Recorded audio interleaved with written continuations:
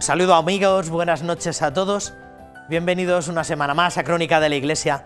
A lo largo de los próximos minutos les acercaremos la actualidad más reciente de nuestra iglesia local en los últimos 7 días.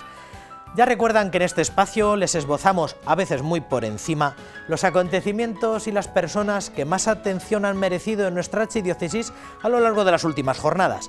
Como en citas anteriores, les invitamos a que tomen parte en este recorrido que hemos seleccionado y elaborado pensando en todos y en cada uno de ustedes que, como siempre, se merecen lo mejor. Los encuentros de profesionales sanitarios cristianos, PROSAC, son una plataforma auspiciada e impulsada por el Secretariado Diocesano de Pastoral de la Salud, que aspira a reunir a todos aquellos que trabajan en el campo de la salud, tratan de hacer del Evangelio su proyecto de vida y lo hacen en actitud de diálogo y colaboración con el resto de profesionales sanitarios. El sábado pasado tuvieron un interesante encuentro formativo en los salones de la parroquia San Juan de la Cruz, que mereció la asistencia del señor arzobispo. El Secretariado de Pastoral de la Salud de la Archidiócesis de Toledo viene organizando en estos últimos años algunos encuentros formativos destinados a profesionales sanitarios y a todos los voluntarios que trabajan en el ámbito de la atención pastoral a enfermos. El último encuentro tuvo lugar el pasado sábado en los salones de la parroquia de San Juan de la Cruz de la ciudad de Toledo.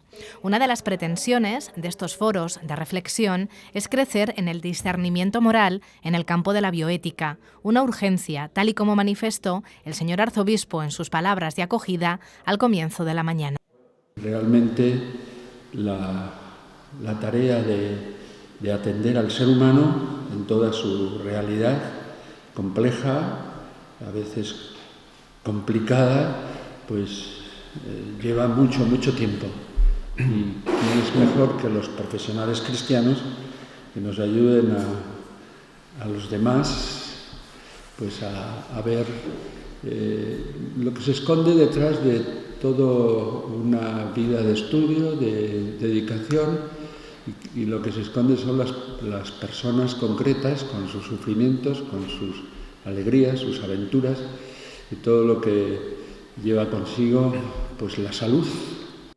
Como en otros encuentros formativos previos se han abordado las diversas relaciones entre la bioética con la ciencia, el derecho y la atención sanitaria, a los organizadores les pareció pertinente presentar uno de los fundamentos antropológicos de la bioética, como es el personalismo ontológico.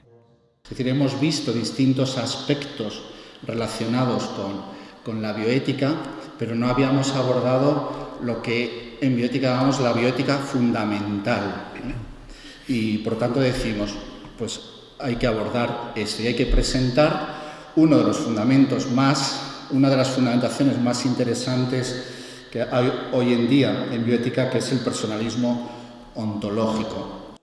El doctor en medicina y profesor de bioética, Ricardo Bengózar, presentó algunos aspectos de esta manera de entender a la persona como un ser individual de naturaleza racional, individual, irrepetible y singular, un fin en sí misma, dotada de razón, de libre albedrío y abierta a la trascendencia. Somos seres en apertura. Podemos salir y debemos salir de nosotros mismos. Somos seres relacionales, excéntricos. Salir de nuestro yo mismo conmigo, de nuestro centro, salir en apertura. Eso no lo puede hacer un animal. Un animal vive anclado, sometido a sus instintos. Nosotros somos capaces de dominar un instinto. Y somos capaces de tener en mente al otro. Y el otro eres tú, si quieres una dimensión horizontal. Pero luego hay un otro con mayúsculas, ¿sí?, que es la trascendencia al absoluto. La mañana concluyó con otra ponencia a cargo de la doctora Marta Albert, en la que abordó diversas perspectivas éticas y legales de la objeción de conciencia en los profesionales sanitarios, una ayuda para poder confrontar los valores éticos a la hora de tomar decisiones.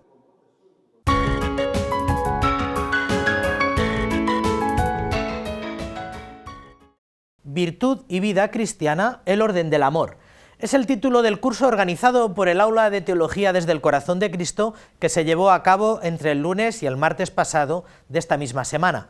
El ponente elegido para este ciclo de 4 conferencias, en las que se desarrollaba el amplio tema de la virtud y la educación del corazón, a la luz de las enseñanzas de Santo Tomás de Aquino, ha sido el profesor Martín Echavarría, catedrático y director del Departamento de Psicología de la Universidad Abad Oliba de Barcelona. El Salón de Grados del Seminario Mayor San Ildefonso de Toledo acogía esta tarde la inauguración del Aula de Teología desde el Corazón de Cristo. El objetivo de esta iniciativa es promover el estudio de la teología en cualquiera de sus especialidades. Este curso presenta una concepción de la educación de la afectividad a la luz de las enseñanzas de Santo Tomás de Aquino. Hemos escogido este tema teniendo en cuenta el planteamiento que se ha hecho desde el Plan Pastoral Diocesano de la educación de los jóvenes, la educación de la familia, y pensando el aula como institución que tiene el Instituto Teológico San Ildefonso, también hacer una aportación a nivel de formación y de investigación en el tema que nos propone el arzobispo y el Plan Pastoral Diocesano. También hemos tenido en cuenta el Sínodo de los Jóvenes, que va a tratar precisamente sobre la formación, el discernimiento de los jóvenes, y también, lógicamente, este curso que está dedicado a educadores y educadores de niños y de jóvenes tiene presente también este evento tan importante para la vida de la Iglesia. El amor como organizador de la personalidad es el tema del primer bloque de conferencias que se ha desarrollado esta tarde y que ha dirigido el profesor, titular y director del Departamento de Psicología de la Universidad Abad Oliba en Barcelona, Martín Echavarría. Es un especialista en estos temas, concretamente el curso titulado Virtud y vida cristiana, el orden del amor. Él sobre todo lo que quiere presentar en el curso es el estudio de las emociones, de la perspectiva de las virtudes de Santo Tomás de Aquino, entendiendo que la formación en las virtudes es la formación del cristiano, el desarrollo de todas las potencialidades del hombre en orden a la perfección que está en el amor, ¿no? Él tiene esta perspectiva desde Santo Tomás, de un estudio psicológico, desde una antropología cristiana muy potente, y se trata de dar luz para poner bases para luego poder ofrecer una educación cristiana adecuada a los niños y a los jóvenes. La educación del deseo y del ánimo es el segundo bloque, que comenzará a las 4 de la tarde y a las 6 finalizará el aula de teología desde el Corazón de Cristo con la presentación de la educación en la asertividad. El profesor Echavarría, a lo largo de su ciclo de conferencias, ha recordado que la virtud, tan importante en las relaciones humanas y en el crecimiento de nuestra personalidad, exige siempre un proceso educativo, continuo y permanente. Para ello se propone la educación del corazón, que no es el mero desarrollo de conocimientos y habilidades sobre las emociones, con el fin de aumentar el bienestar personal y social, sino la formación de la personalidad por la rectitud del orden del amor, un asunto tan antiguo como tan nuevo. El curso que ha organizado el Aula de Teología desde el Corazón de Cristo ha estado orientado especialmente a educadores, sacerdotes, profesores y padres y madres de familia. Este año se pretendía presentar una concepción de la educación de la afectividad a la luz de las enseñanzas de Santo Tomás de Aquino sobre las virtudes y muy particularmente sobre las virtudes que regulan las emociones. El catedrático y director del Departamento de Psicología de la Universidad Abad Oliba en Barcelona, Martín Echavarría, ha desarrollado a lo largo de 2 días todos estos contenidos en 4 sesiones. Las 2 primeras estuvieron dedicadas al amor como organizador de la personalidad. Las 2 finales, con las que clausuró el curso, versaron sobre la educación del deseo y del ánimo. La templanza y la fortaleza son las 2 virtudes que se refieren a la regulación de la vida emocional. De maneras distintas, la templanza moderando los impulsos y la fortaleza al revés, impulsando donde tendemos a retraernos. En la vida de las emociones hay como 2 tendencias, una impulsiva y otra pues repulsiva, si queremos decir así. Cuando tendemos a retraernos, cuando tenemos que impulsarnos, necesitamos una virtud que nos ayude, que es la fortaleza. Cuando tendemos a impulsarnos, cuando tenemos que retraernos, necesitamos otra virtud distinta, que es la virtud de la templanza. Esta es básicamente la idea fundamental, y en torno a estas virtudes giran otras virtudes distintas, pero que se parecen a la templanza o a la fortaleza, como la humildad, como por ejemplo la paciencia, para decir una de la templanza y otra de la fortaleza. Para Echavarría es imprescindible conocer cada virtud y saber cómo se organizan para ponerlas al servicio de la educación del deseo y la educación de la asertividad, y de este modo moderar o fortalecer diversos aspectos de nuestra vida emocional. veremos muchas virtudes, pero que en general tienen en común que o ayudan a moderarnos cuando tendemos a excedernos o ayudan a sostenerse cuando tendemos a retraernos. Ante los males tendemos a volver para atrás, ante los bienes tendemos a impulsarnos. Y toda la vida, la regulación de la vida emocional consiste, el secreto que tiene, es saber impulsarnos cuando tenemos el peligro de volver para atrás o saber moderarnos cuando tenemos el peligro de excedernos. Esta última entrega del Aula de Teología desde el Corazón de Cristo, con importantes consecuencias pedagógicas, ha querido responder a las directrices del actual Plan Pastoral Diocesano para este curso.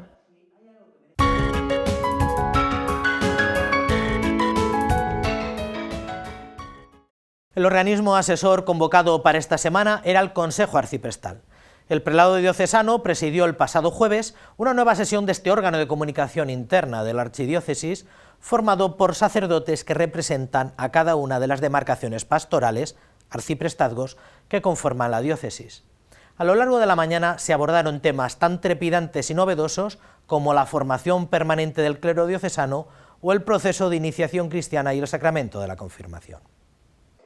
El señor arzobispo de Toledo presidía esta mañana la reunión del Colegio de Arciprestes, que ha comenzado con la oración de la hora intermedia. Tras la aprobación del acta de la sesión anterior, don Braulio Rodríguez ha querido saludar a los asistentes, donde ha insistido en que el discernimiento y la comunión entre ellos serán fundamentales para afrontar los grandes cambios que se dan en nuestra sociedad. Estamos inmersos en una realidad de lo que sucede en España y en Europa y aún en el mundo, pues que significa un momento de bastante discernimiento y de bastante necesidad de tener comunión entre nosotros, porque no va a ser un tiempo fácil. Parafraseando al Papa Francisco, el señor arzobispo de Toledo reconoció que estamos ante un cambio de época que se refleja en la vida de las parroquias. Y estamos en eso que dice el Papa Francisco tantas veces, un cambio de época. Un cambio de época siempre tiene la incertidumbre de que no pasamos por caminos ya conocidos, sino que tenemos que hacer caminos o nuevos o ver un poco cómo se despejan los obstáculos que hay en el camino para poder seguir adelante. Otro de los asuntos que se trataban en el Colegio de Arciprestes ha sido el de la formación permanente de los sacerdotes y qué medidas se deben tomar para mejorarla. Y el proceso de iniciación cristiana en el momento de la confirmación es otro de los temas en los que han trabajado los arciprestes a lo largo de la jornada. Hoy los arciprestes van a presentar el fruto de una consulta, el resultado de una consulta que hemos hecho en el colegio anterior de arcipreste, donde se les pedía que en su arciprestazgo vieran cuál es el proceso que se está siguiendo, la continuidad y en relación con el tema de la iniciación cristiana en la etapa de la confirmación, porque vemos que hay diferentes momentos en los que estamos confirmando, pero lo que importa es insistir en que esto es un proceso. La reunión del Colegio de Arciprestes ha finalizado con la presentación de las líneas fundamentales del 7º programa anual y del calendario pastoral del próximo curso 2018-2019, que contaba con la sugerencia de ofrecer una jornada arciprestal de pastoral.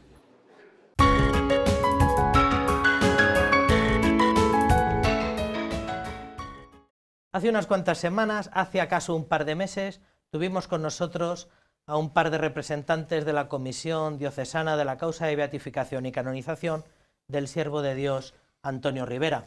Y alguno de los espectadores nos preguntó cómo iba el asunto de la causa de don José Rivera, de su hermano, del célebre sacerdote, director espiritual, tanto de presbíteros como de laicos aquí en la diócesis de Toledo, para saber el momento en el que está su fundación y el momento de la causa de beatificación y algunas novedades que tienen últimamente en marcha. Tenemos el privilegio de contar esta noche con nosotros con Fernando Fernández de Bobadilla. Don Fernando, buenas noches. Buenas noches. Que es el actual director de la Fundación José Rivera. De la fundación que ahora mismo se acaba de, digámoslo así, constituir canónicamente con todo lo que es el rango diocesano y reconocimiento en la conferencia episcopal y por supuesto también en el Ministerio de Justicia, como una fundación con todo lo que es el aparato jurídico institucional que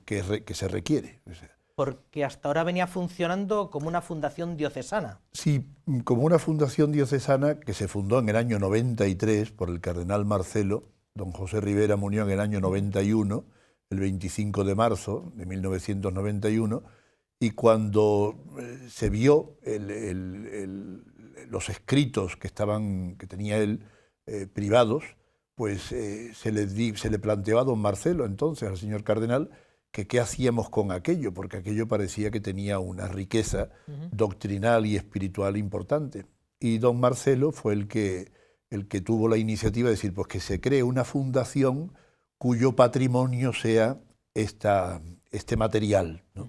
Entonces se hizo una fundación, pero también tenemos que reconocer las cosas, cómo se hacían las fundaciones en aquel momento. O sea, el cardenal hacía un decreto, nombraba a unos sacerdotes que se ocupaban de la gestión de estas cosas y ya está. Y entonces pues ahí hubo un grupo de sacerdotes que nos ocupamos de recoger todo este material, de clasificarlo, de tal, y de promover lo que nos encomendó entonces don Marcelo, que fue la causa de canonización. Que la causa de canonización de don José, cuando llegase su momento, pues que fuese la Fundación José Rivera la que lo pusiese en marcha, la que se ocupase, la que se responsabilizase de esto. Cuando hablan de patrimonio sobre todo espiritual, ¿no? Patrimonio es escritos, porque don José murió sin nada, absolutamente. Su propia casa la había donado ya en vida al arzobispado. Entonces, la casa en sí, él vivía en esa casa, pero la propiedad era del arzobispado ya, la casa familiar, donde él nació.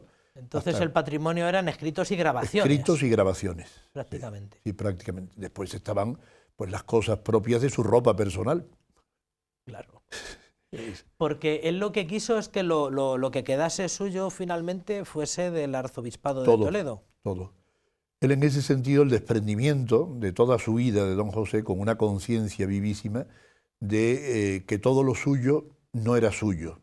Todo lo suyo era de la diócesis de Toledo.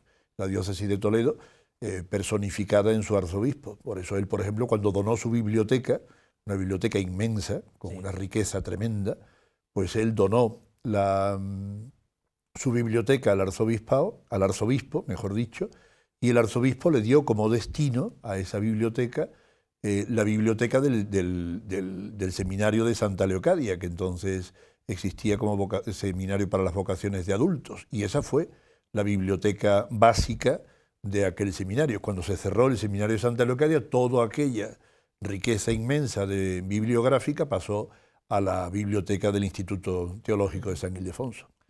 De manera que cuando muere don José se crea esta fundación de una manera un poco doméstica, como dice, de una manera un poco diocesana. ¿Lleva usted desde el principio?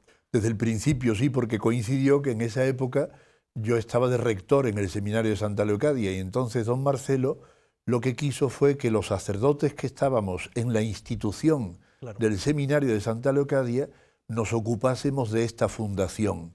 ¿Para qué? Para que hubiese de alguna manera algún respaldo institucional, porque si son personas privadas, por decirlo así, pues ya después, ¿qué es lo que ha ocurrido?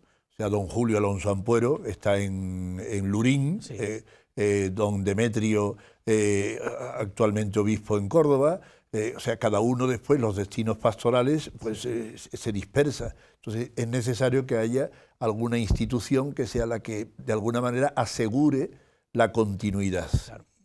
En esta refundación han incorporado seglares. ¿Los hubo desde el principio o ha sido una de las Desde el principio sí, siempre ha habido colaboradores dentro de la fundación, siempre ha habido colaboradores seglares, ¿no? Y porque don José es una vertiente que es riquísima e importantísima en su vida ministerial. Se le conoce mucho como formador de sacerdotes, pero don José ha sido un gran formador de seglares.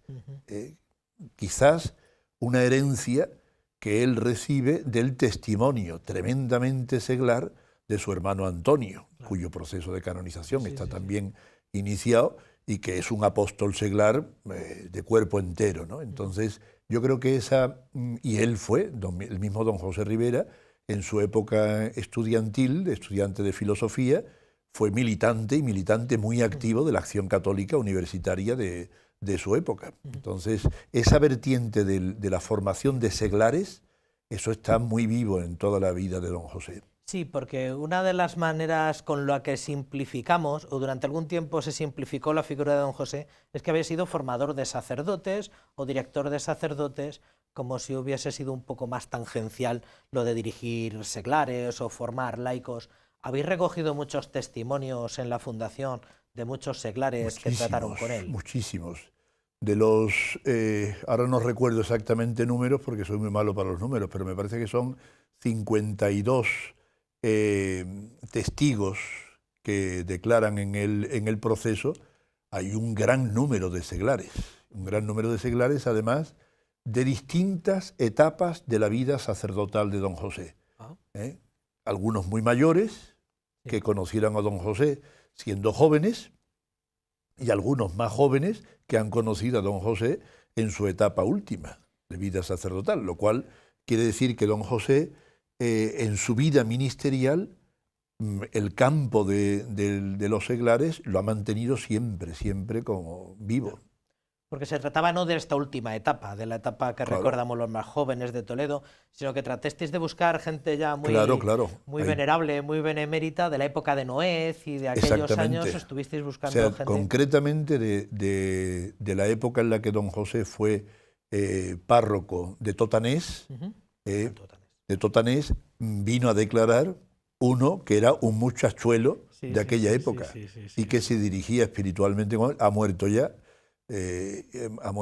y la verdad es que fue un testimonio precioso el que declaró en el proceso, porque nos hacía ver, claro, cómo era la figura sacerdotal de un cura joven, porque don José entonces llevaba un par de años de ordenación sacerdotal, cómo vivía, cómo trataba, y en una vertiente que quizás nosotros hemos conocido menos de don José, claro, porque lo hemos conocido más como profesor de seminario y director espiritual en el seminario. Pero cuando se dice, es que don José no tenía ni idea de lo que era la vida de una parroquia, pues si le preguntamos a aquellos jovenzuelos de aquella época, nos enteramos de qué entendía don José por la vida pastoral en una parroquia, y era precioso. Habéis llevado a cabo desde la Fundación una tarea de recopilación de todos estos testimonios, y también habléis como uno de los fines de la Fundación, no en esta nueva singladura, pero ahora lo habéis puesto negro sobre blanco en los nuevos estatutos, la difusión. ¿Cómo habéis llevado a cabo esta difusión? Bueno, la difusión, mientras ha estado el proceso de canonización, mientras ha estado en proceso, ahí había que ser muy discreto, porque no se podía dar una difusión que pudiese alentar siquiera la idea de que estábamos canonizando nosotros desde la Fundación a esta figura sacerdotal, ¿no? Entonces, lo que se ha hecho ha sido de la recopilación, toda la recopilación transcrita digitalmente en ordenadores. Todo lo que se ha transcrito, pues de ahí se han hecho unas ediciones de pequeños folletos sobre la Cuaresma, sobre Adviento, sobre la Eucaristía, sobre el Espíritu Santo, sobre la vida seglar, de sus charlas, de sus meditaciones y también de sus escritos personales, porque él en su diario y en sus cuadernos de estudio tiene muchísimas reflexiones con textos del concilio de fondo, haciendo reflexiones de lo que él ve, de las situaciones históricas que le toca vivir, con una lectura preciosa de los signos de los tiempos. Son tiempos muy convulsos y muy tremendos en lo que es la vida de la Iglesia y concretamente en España, el posconcilio, el concilio vivido y el posconcilio, y después situaciones políticas y eclesiales que han sido muy cambiantes. Entonces la perspicacia que tiene a la hora de juzgar las situaciones, dónde están las dificultades, dónde están, es de una riqueza tremenda. Y en esos folletos pues se han hecho selecciones de textos. Una finalidad, que Dios quiera que lleguemos un día a realizarla en la Fundación, sea la edición bien ordenada, con buenas introducciones, con muchísimas notas a pie de página, necesariamente, para aclarar situaciones históricas, personas concretas que aparecen, y poder publicar. No será una publicación masiva para que sea un bestseller, claro, pero sí de un conocimiento, de una riqueza tremenda. Que tiene eso alberga mucho trabajo, sí, mucha...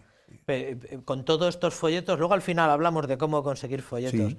Ya antes me anticipaba fuera de esta emisión que alguno está agotado, el de Semana Santa me parece recordar, que fue muy popular entre A mí los me quedan sacerdotes. unos cuantos, todavía los tengo secuestrados. Que andaba con fotocopias, pero luego vemos cómo poder adquirir alguno de esos folletos, que siguen siendo tremendamente interesantes. Cuando vinieron aquí los de la causa de Antonio Rivera, pues nos comentaron, porque cada causa es un mundo, cómo aquello se embarrancó, cómo han conseguido pues recuperarla, cómo pues ahora tiene mejor singladura de la que tuvo durante algún tiempo.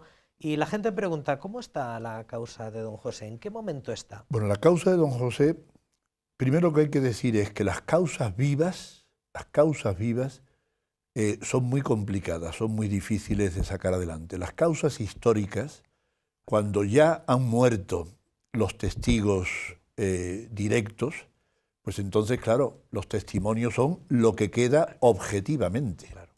Pero cuando la causa está viva, es decir, cuando quedan testigos vivos que han convivido con el siervo de Dios, pues ahí siempre, pues puede decir, siempre puede haber alguien que se ha encontrado con esta persona un día de mal humor y yo qué sé, y le ha contestado mal. Y entonces la idea que se le ha quedado es, este señor era antipatiquísimo, no tenía caridad ninguna. Mire usted, lo he conocido una sola vez y ese día resulta que le dolían las muelas. O sea que no tiene ninguna relevancia, ¿no?, ese juicio.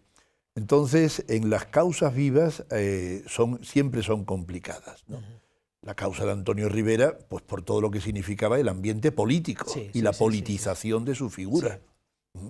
En la causa de don José, pues también está eso, el que don José, ciertamente, yo personalmente lo considero que es un sacerdote ejemplar, pero claro, la ejemplaridad de un sacerdote que ha convivido con otros sacerdotes, pues claro, hay gente a la que le gusta y hay gente a la que le disgusta. ¿Por qué? Pues porque la ejemplaridad de uno deja a otros un poquito sombreados, ¿no? Entonces, esas cosas son las dificultades humanas que están, ¿no? Entonces, ahí está Pero vamos, en la causa de don José Rivera en concreto, y eso lo puedo decir yo, sin ánimo de presunción ninguna, pero que es que gracias a Dios, y lo digo que ha sido para mí una gracia de Dios tremenda, pues desde el principio me tocó la tarea de vicepostulador aquí en la diócesis y pude estar en todo lo que fue la deposición de los testigos del proceso, en la ordenación de los escritos, en la ordenación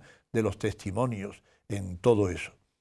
Y ha ido maravillosamente, porque tenemos que reconocer que la causa, el proceso de canonización de don José se abre, ya vuelvo a decir que mis números son malísimos, se abre el proceso de canonización en noviembre de 1998, y en octubre del 2000 se clausura la fase diocesana. La fase diocesana se clausura en 2 años. O sea, en 2 años se hace todo lo que es la recopilación de testimonios, de escritos, transcripción, pasado todos los escritos por censores, teólogos de la diócesis, una comisión histórica de historiadores que hacen el marco histórico de la vida de don José, y es cuando se manda todo a Roma. En Roma pasa por los filtros de la comisión de los teólogos de la Congregación para la Causa de los Santos, y ahí es donde nos presentan unas preguntas sobre los escritos de don José Rivera y sobre algunas cosas de su estilo de vida. Que no es que sean contrarios, sino que, y esto es muy importante que se diga y que se sepa, de los 9 teólogos que examinan todo aquello, 7 dan el voto afirmativo. O sea, creen positivamente que vivió las virtudes en grado heroico. Y 2, no votan negativo, sino que suspenden su voto a la aclaración de unas preguntas. Claro. Y entonces se contesta a esas preguntas, y entonces al contestar a esas preguntas es cuando después hay otra, desde la comisión de los teólogos, que piden que aquí en la diócesis se vuelva a nombrar un tribunal para que no conteste el postulador, Claro. sino que contesten testigos que no eran afectos a don José Rivera, Para dejar más a para salvo. dejar claro Claro. dónde está la dificultad y dónde está la respuesta. O sea, que ese run que había de que había habido alguna dificultad era simplemente... Lo lógico de aclaraciones. Hay que tener en cuenta que don José escribe muchísimo, son 11.000 folios. Caramba. Hay que tener en cuenta eso que está escrito ahí, transcrito, son todo notas personales. Él nunca escribió para publicar. Para publicar escribió su tesina sobre Santa María Micaela del Santísimo Sacramento, y para publicar escribió con José María Iraburu el libro de la espiritualidad católica. Eso está escrito para publicarse. Pero después todos los demás escritos son escritos personales suyos para su propia reflexión. Él, por ejemplo, hace un escrito de sus planteamientos al inicio de la Cuaresma, y al año siguiente, en su diario, aparece como relee lo anterior del año pasado para ver cómo empieza este año la Cuaresma respecto del año pasado. Pero son cosas que son muy personales suyas. Claro, en unos escritos tan íntimos, tan personales, uno no aquilata teológicamente, doctrinalmente, si esto está expresado con la, digamos, y mira que don José era tremendamente rico en su vocabulario y literariamente, pero y entonces pues hay cosas que son inexactitudes que hay que preguntar, ¿no? Para los impacientes, entonces, ¿cómo prevé que van a discurrir los próximos plazos? ¿Qué intuye desde...? A ver, aquí ahora, una vez que ha sido declarado venerable, digamos, el proceso, yo lo digo así, puede ser, si se me toma también al pie de la letra, dice, este señor es un hereje, claro. Yo digo que el proceso humano está hecho. O sea, se ha recopilado todos los testimonios, se ha recopilado todos los escritos y ha pasado por todos los filtros que tiene la Iglesia para reconocer objetivamente este sacerdote vivió las virtudes y las vivió en grado heroico. Por lo tanto, es venerable, digno de veneración. Y por tanto, su figura es modélica de virtudes. Este es el testimonio humano. Ahora queda el testimonio divino, que es: a Dios le complace que le pidamos a Él cosas por este amigo suyo. Y ese es el milagro. ¿Entiende? Entonces, esto es muy importante en el proceso de canonización, porque no es que consigamos un milagro, sino que a Dios le complazca hacer un milagro porque se lo pide este sacerdote con su intercesión. Entonces, por eso hay que encomendarse a Él y pedir milagros. Pedir milagros. No pedir cualquier cosita, sino milagros. Entonces, como siempre que venimos aquí con gente de alguna postulación o lo que sea, lo que requiere es que recemos. Exactamente. Ya. Por eso, tarea importantísima de la Fundación, difusión del conocimiento de su persona, de su vida, de sus virtudes, de su espiritualidad, de cómo vivía él en concreto su unión con Dios, su amor a la Iglesia, su amor a los pobres, su amor a los seglares, su amor al mundo, a la cultura. O sea, que son entonces, si eso se difunde, pues entonces habrá gente que, admirando su figura, se encomiende a su intercesión y le pida a Dios lo que crea que necesite por la intercesión de don José Rivera. Si hay muchos que piden, pues lógicamente habrá más posibilidad de que se manifieste un día un milagro que sea verdaderamente milagro.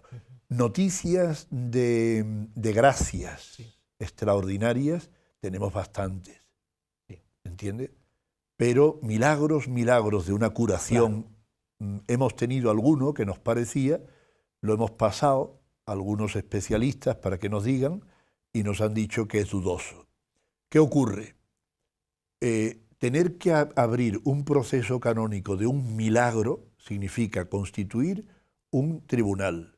Constituir un tribunal con unos médicos, peritos, que estudien la sanación de lo que sea. Eso lleva tiempo, eso lleva trabajo, eso lleva muchísimo y eso, pues seamos sinceros, vivimos en el mundo y en el mundo hay muchas cosas que se mueven por pura gracia de Dios, pero la colaboración con la gracia muchas veces pasa por la economía. Y entonces, ¿qué ocurre? Pues que cuesta también mucho dinero en ese sentido. Y entonces, claro, antes de lanzarnos a un proceso dudoso, tenemos que tener la garantía de alguien que nos dice, mira, esto está clarísimo. Tiene que ser algo muy contrastado. Una de las novedades que está ahí también en ciernes y que también ya empieza a haber cierto run es el posible traslado de los restos de don José. Sí, esto tengo que decirlo de antemano como disculpando, porque como he estado en el proceso siempre habrá alguien que diga, ¿y tú has estado ahí y has desobedecido tanto? Pues sí, he desobedecido tanto. Don José donó su cadáver a la Facultad de Medicina de Madrid, de la Complutense, al Departamento de Anatomía. Y entonces él en su testamento decía que donaba su cadáver por 3 motivos principalmente. Uno, por pobreza, para que su entierro no costase dinero. Otro, por caridad, para que su cuerpo sirviese para otras personas, incluso después de muerto, para que su cuerpo que se entrega y su cuerpo y su sangre que se derrama, él tenía esa vertiente del realismo de la liturgia, pues que eso también fuese real, ¿no? Que su cuerpo se entregase para que pudiese servirle a otras personas por caridad. Y la tercera razón que daba era una razón muy propia suya, de humor, que decía, y para que mis devotos no tengan dónde ir a buscarme.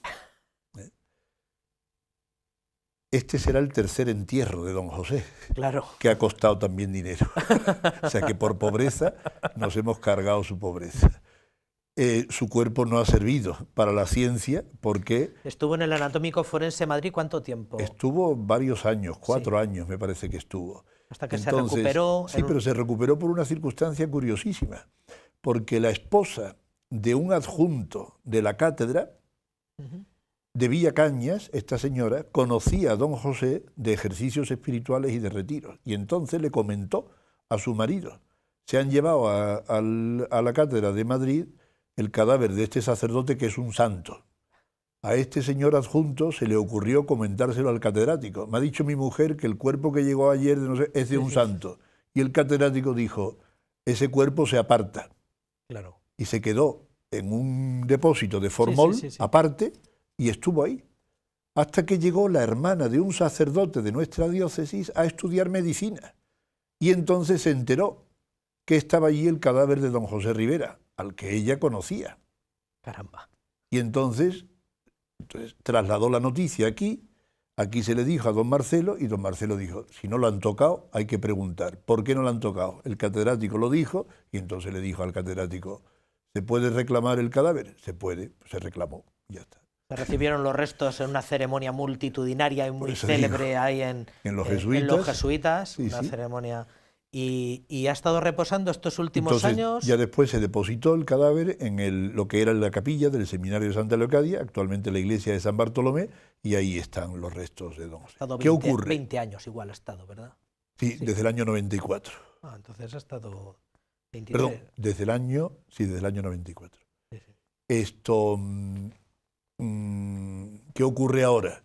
En la iglesia de San Bartolomé está cerrada, no hay culto. No solamente no hay culto, sino que es que está cerrada. Actualmente se está utilizando como nave para recoger las carrozas de las imágenes de Semana Santa de la ciudad de Toledo. Caramba. Y entonces, pues claro, es la sepultura de un venerable.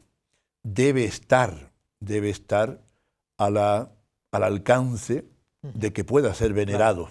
Entonces, don Braulio, nuestro arzobispo, al erigir canónicamente la fundación, una de las cosas que nos preocupa a todos, y a él también, es dónde colocar la sepultura de don José de tal manera que la gente pueda acceder a él.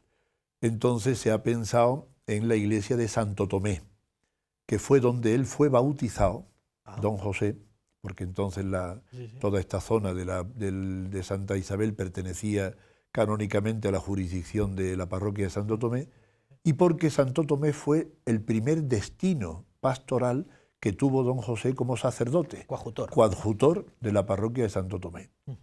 Y entonces, puestos al habla con el párroco de Santo Tomé, le pareció bien tener allí, y entonces, como está precisamente en este momento la iglesia en obras, pues se va a adaptar allí un lugar para que pueda ser.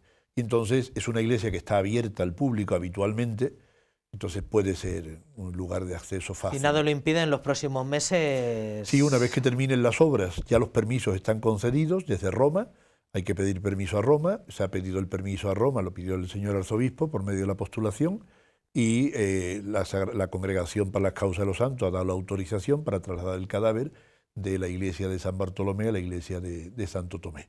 Entonces, concedidos los permisos, una vez que terminen las obras, pues lo único que habrá que concertar será con la agenda del señor arzobispo cuándo conviene que se haga este traslado. Si Dios quiere, lo haremos llegar por el canal diocesano. Finalmente, don Fernando, para todo el que quiera estampas, quiera conseguir los boletines puntuales donde vienen pues noticias, testimonios, etcétera, para todo el que quiera conseguir esos folletos de apuntes personales, ¿cómo puede hacerlo? La fundación, en la página web de la fundación, está todo clarísimo dónde se pueden conseguir vídeos, fotografías, libros, publicaciones, todo. La página web está también como enlace dentro de la página propia del Arzobispado de Toledo, la Archidiócesis. Por lo tanto, ahí en Causa de los Santos, José Rivera, se entra facilísimamente. Tomamos en la página web de la Fundación, y en el apartado 307 de correos, mandando ahí por correo postal, y si se nos dice qué dirección es donde hay que enviar lo que sea, pues desde ahí se envía. O sea que el acceso es fácil. Teniendo en cuenta el espíritu de don José, todas las cosas que publicamos intentamos que sean absolutamente gratuitas. Él tenía ese sentido, ¿no?, de que él había recibido tanto gratuitamente de Dios que lo tenía que dar gratuitamente. Entonces, en ese sentido, pues procuramos que todo eso vaya así. Ahora mismo se está pensando en la publicación de un par de libros, uno de ellos sobre la misericordia, que son cintas, grabaciones y grabaciones de temas de la misericordia, se han transcrito.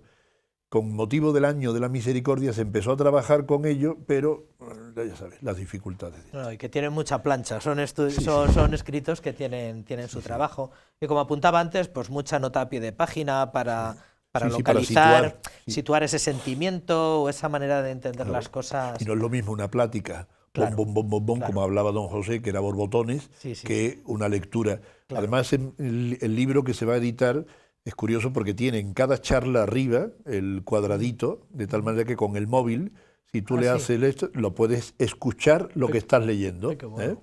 Entonces habrá gente que le complazca eso, ¿no? Porque la escucha directa de don José, de las grabaciones, entonces tenemos que pensar que las grabaciones eran de cintas magnetofónicas de cassette, con lo cual, y don José no tenía una voz que fuese fácil de grabar y de escuchar después, ¿no?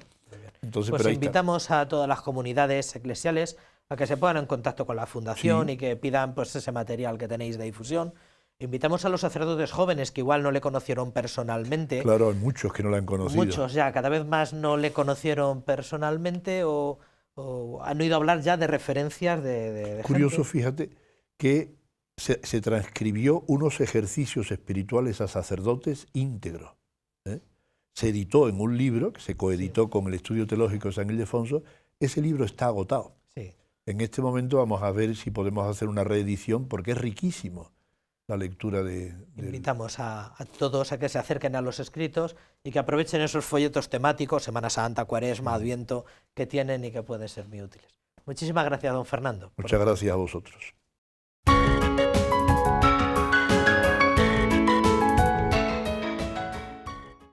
Los salones parroquiales de la parroquia Santa Teresa de Jesús acogen a lo largo de este mes de mayo una exposición fotográfica que lleva por título La parroquia, una historia de todos.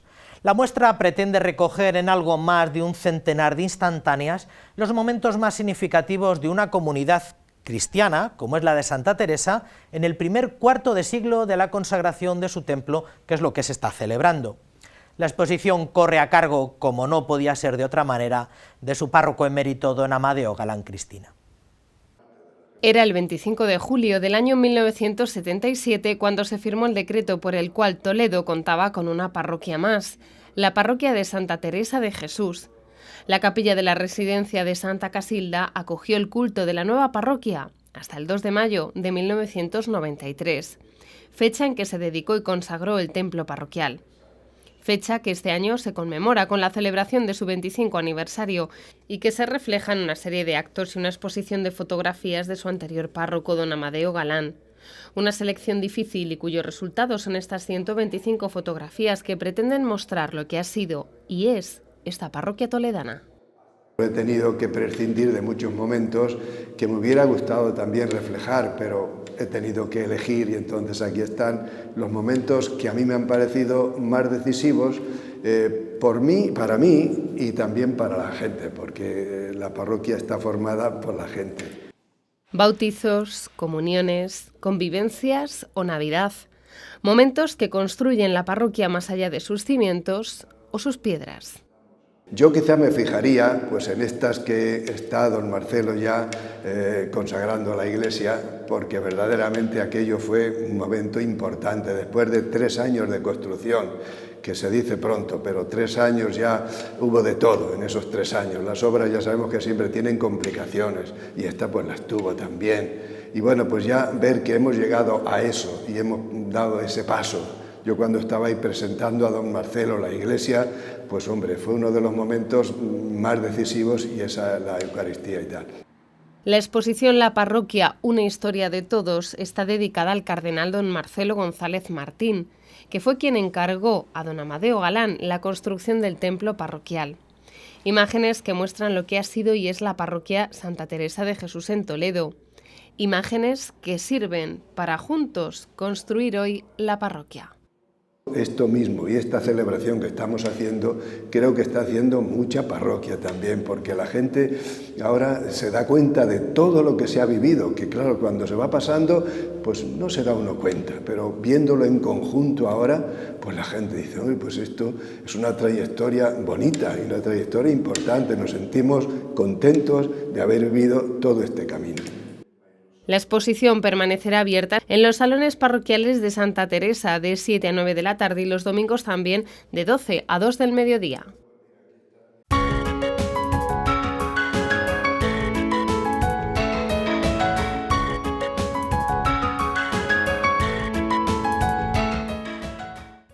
El Papa Francisco, en la audiencia general del pasado miércoles, abordó la última catequesis con la que cerró su ciclo dedicado al sacramento del bautismo.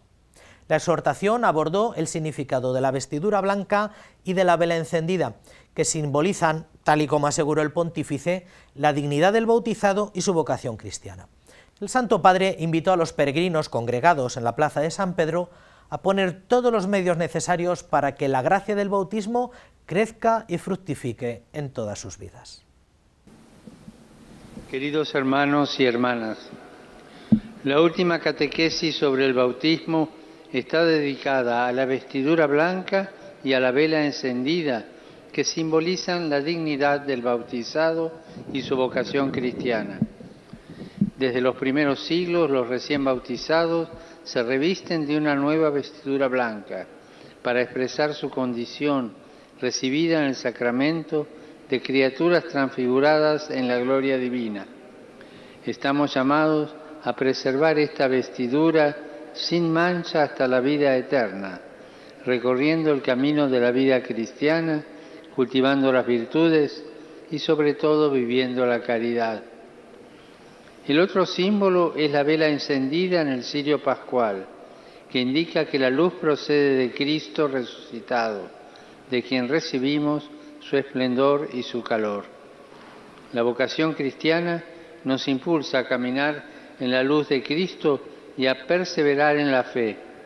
Los padres, como también los padrinos y las madrinas, tienen la responsabilidad de alimentar esta llama bautismal para que los más pequeños vayan creciendo en la fe. La celebración del bautismo se concluye con el Padre Nuestro, que es la oración de los hijos de Dios. Los niños recién bautizados aprenderán esta oración y lo que significa llamar a Dios Padre dentro de la Iglesia. Saludo especialmente a los peregrinos de lengua española venidos de España y Latinoamérica. Los invito a poner los medios necesarios para que la gracia del bautismo crezca y fructifique en sus vidas. No se desalienten ante las dificultades, busquen a Dios una y otra vez, porque el Espíritu Santo da la fuerza necesaria para alcanzar la santidad en medio de las circunstancias que le toca vivir cada día. Que Dios los bendiga. Muchas gracias.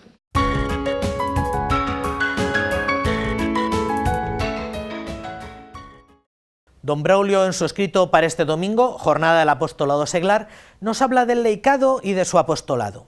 Haciendo propias las palabras del Papa, nuestro prelado reclama: necesitamos laicos que arriesguen, con visión de futuro, no cerrados a las pequeñeces de la vida.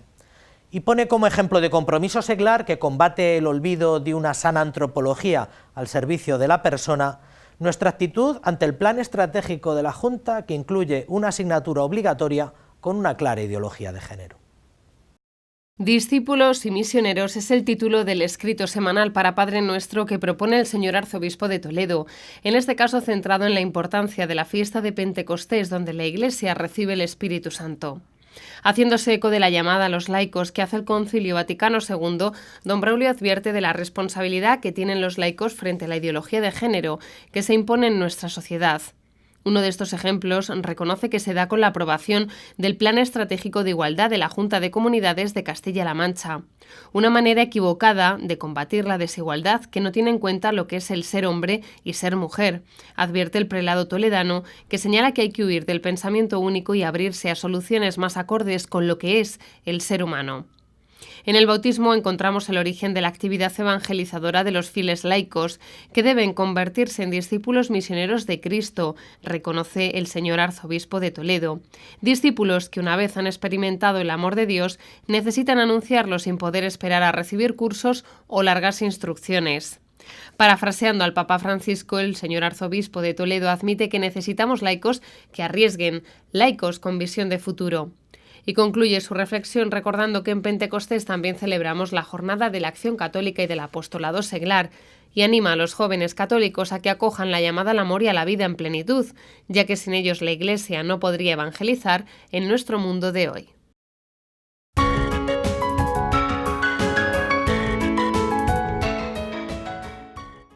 Cisneros, la música y la Catedral de Toledo serán el objeto de un simposio que se celebrará el próximo mes de septiembre en esta ciudad. Musicólogos, historiadores del arte y del mundo del libro de la máxima proyección internacional se darán cita en Toledo para realizar una comprensión renovada de la cultura musical de la época del célebre cardenal. Una ocasión para que propios y ajenos puedan valorar las aportaciones de Francisco Jiménez de Cisneros en particular y de la Iglesia de los siglos XV y XVI en general. Musicólogos, historiadores del arte y del libro, liturgistas especialistas en los siglos XV y XVI se darán cita en Toledo para participar en el Simposio de Musicología El Cardenal Cisneros y la Música, una cita de singular importancia en la que se destacará la relevancia que tuvo Toledo en el proyecto cisneriano, un simposio en Toledo y para Toledo. El simposio aspira a marcar un antes y un después en el estudio de la música en el entorno del Cardenal Cisneros, porque hasta ahora no se había organizado un simposio como este en Toledo. Y es además la primera vez que se organiza desde la propia catedral, algo que también quiero poner en valor, porque es un encuentro pensado para Toledo, En otras palabras, es un simposio que no tendría sentido en otro lugar que no fuera Toledo. Cisneros mandó copiar 4 cantorales fundamentales para la historia del canto mozárabe y que aún hoy se conservan en la catedral. Además, aprovechando las ventajas de la imprenta, fijó en una serie de libros litúrgico-musicales el rito romano de uso toledano. A todo esto hay que sumar su papel como hombre reformador de la Iglesia, regente de España y confesor de la Reina Católica, con lo que este encuentro de excelencia científica persigue una comprensión renovada de la cultura musical del tiempo del gran cardenal. Es en este contexto de expansión, reforma e innovación que este simposio va a explorar la relación evidente pero compleja entre el cardenal Cisneros y la música. Relación que amalgamó los espacios arquitectónicos y sonoros en que movía con los ambientes culturales de la época y sus propios intereses músico-litúrgicos con las tendencias musicales cortesanas. El simposio se articula en 6 sesiones y una mesa redonda que se desarrollarán en diferentes espacios, tanto dentro como fuera de la Catedral Primada. Es una responsabilidad nuestra dar a conocer este patrimonio musical tan interesante, además, desde el punto de vista de la historia de la música, pero también desde la historia de la liturgia, de la espiritualidad. Por lo tanto, nos sentimos plenamente implicados y por eso abrimos la catedral y ponemos toda nuestra atención en que el simposio salga adelante. Y por eso hemos querido que esté en las manos de las personas más competentes. En la organización de este simposio, que tendrá una actividad formativa reconocida para universitarios y docentes de enseñanzas medias y de conservatorio, participan la Universidad de Castilla-La Mancha y la Real Fundación Toledo. La clausura será a cargo del conjunto especializado en canto llano Escola Antigua, que interpretará piezas de cantorales mozárabes del cardenal Cisneros.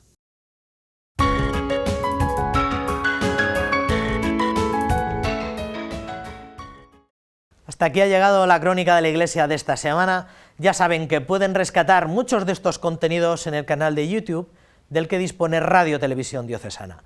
Nosotros, por nuestra parte, les emplazamos por una nueva entrega la semana que viene, en la que nos desplazaremos, si Dios quiere, al Salón de Actos del Seminario para poder contar con la presencia del célebre literato Juan Manuel de Prada, que acude a Toledo para clausurar el curso de formación complementaria de agentes de pastoral. Será como siempre aquí, en el canal diocesano de televisión. Hasta entonces, que sean felices.